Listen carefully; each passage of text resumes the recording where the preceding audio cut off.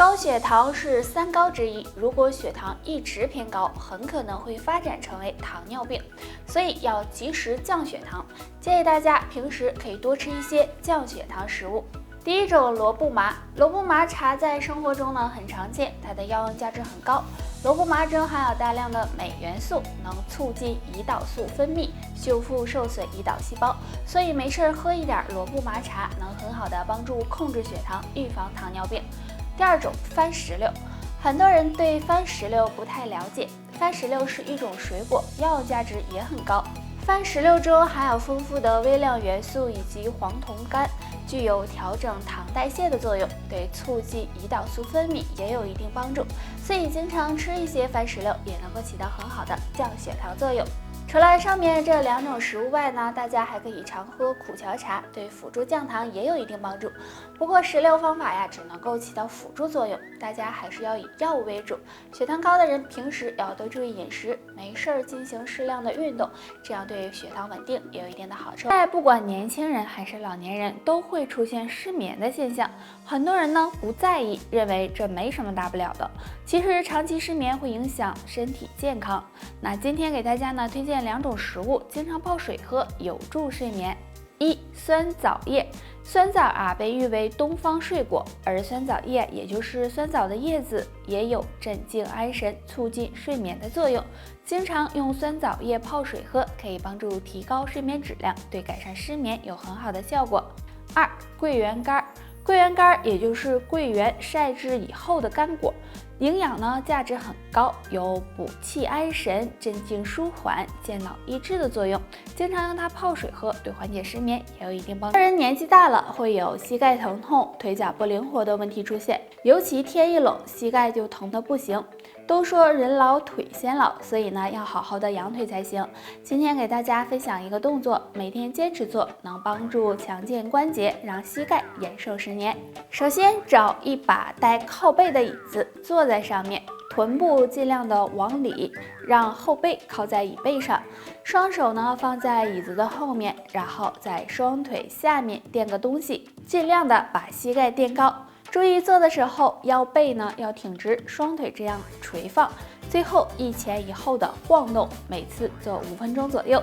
这样晃动腿可以强化膝盖，修复膝关节，促进腿部的血液循环，有很好的养护膝盖的作用。一天3顿饭，不管哪顿饭对身体健康都非常重要。那今天我们就来说说晚餐。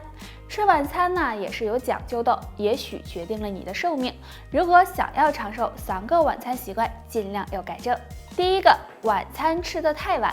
如果晚餐吃得太晚，吃完就睡觉了，这样很容易给肠胃增加负担，对肠胃健康不利，也容易引起肥胖，影响身体健康。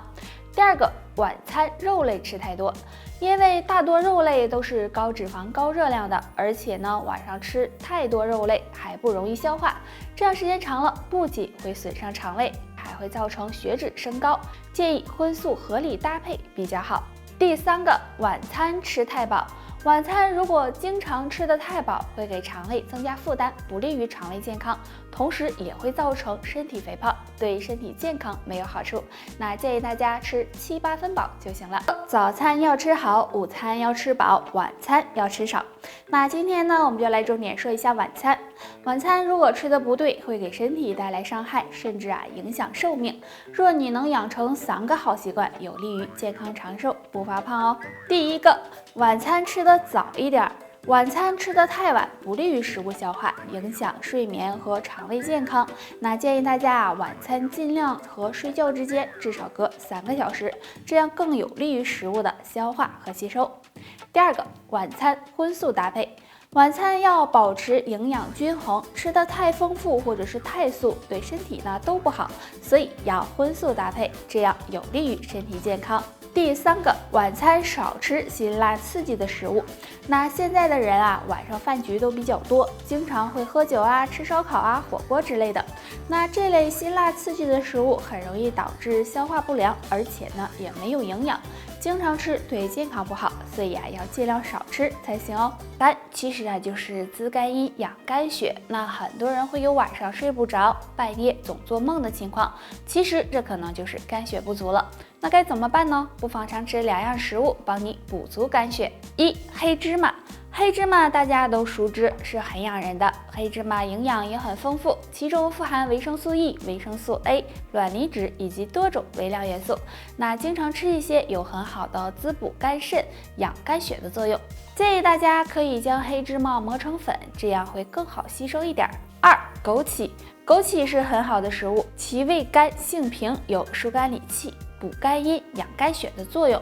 那经常泡水喝，可以帮助养肝护肝，促进睡眠，对身体非常有好处。很多人早上起床后会感觉嘴里苦苦的，还臭臭的，有的刷完牙就会有所缓解，但如果刷完牙还是没有缓解，就要小心了，可能和3种疾病有关。第一，胃火旺。如果高蛋白、高脂肪的食物吃多了，堆积在肠胃不能够消化，那么就容易引起胃火。胃火旺的人就会有口干、口苦、口臭，并且伴有烧心、胃胀等情况。建议大家可以常用蒲公英泡水喝。第2，肠道堵塞了。如果肠道堵塞，也会使人出现口干、口苦、口臭的情况。除此之外，还会有便秘、色斑等症状。那建议大家多吃一些含膳食纤维多的食物。第3，肝火旺。除了胃火旺，肝火旺也会引起口苦口臭，同时呢，还可能伴有眼睛干涩、失眠多梦、脾气暴躁等情况。建议大家常喝菊花茶，有助。很多人会有口臭啊、口腔溃疡啊、咽喉肿痛的情况，其实这可能是胃火旺盛引起的。那我们应该怎么降胃火呢？下面教大家一个穴位，没事的时候按一按，帮你消灭胃火。这个穴位就是手上的劳宫穴。劳宫穴在手掌心，将手握拳，中指指尖所指的位置就是劳宫穴，属于手厥阴心包经，与心经和胃经相连。那经常按摩有健脾养胃、清热降火、去寒邪的作用。对养心呢也有很好的效果。按摩时可以用大拇指按揉，每次按摩5分钟左右。如果能每天坚持按摩，对降胃火、缓解口气有一定帮助，大家可以试一试。得了膝盖疼痛、膝关节受损，对平时的生活和工作有很大的影响，严重的连走路都不敢。那下面教大家一个小动作，能帮助改善膝关节损伤。首先找一把比臀部稍微低一点的椅子，坐在上面，然后双脚交叉，重心向前移，靠大腿和小腿的力量慢慢的往起站。注意身体的重量不要都压在腿上，不然容易伤害到膝盖。这样起来5秒后再慢慢坐下，这样反复做20次左右。这个动作可以锻炼大小腿的力量，促进膝盖周围的血液循环，修复膝关节，对改善膝盖疼痛有很好的效果。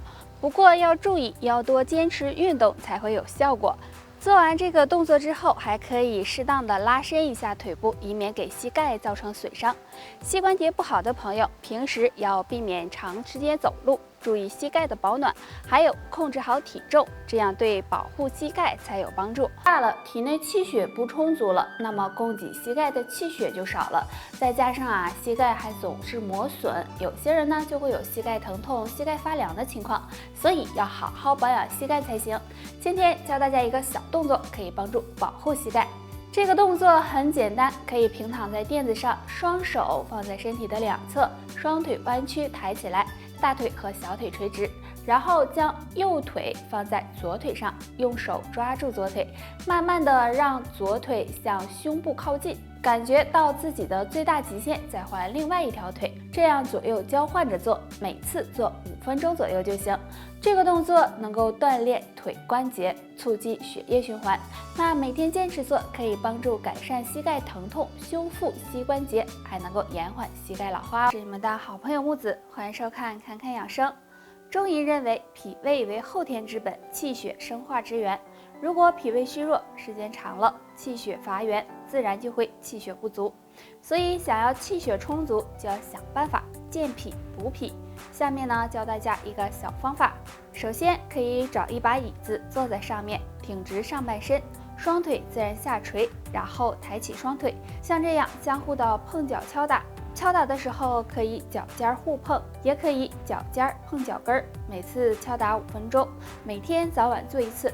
因为双脚的内侧有太白穴和公孙穴，这2个穴位都是脾经上的穴位，经常这样敲打双脚，可以帮助补益气血、健脾养胃，能很好的改善脾虚、气血不足的情况。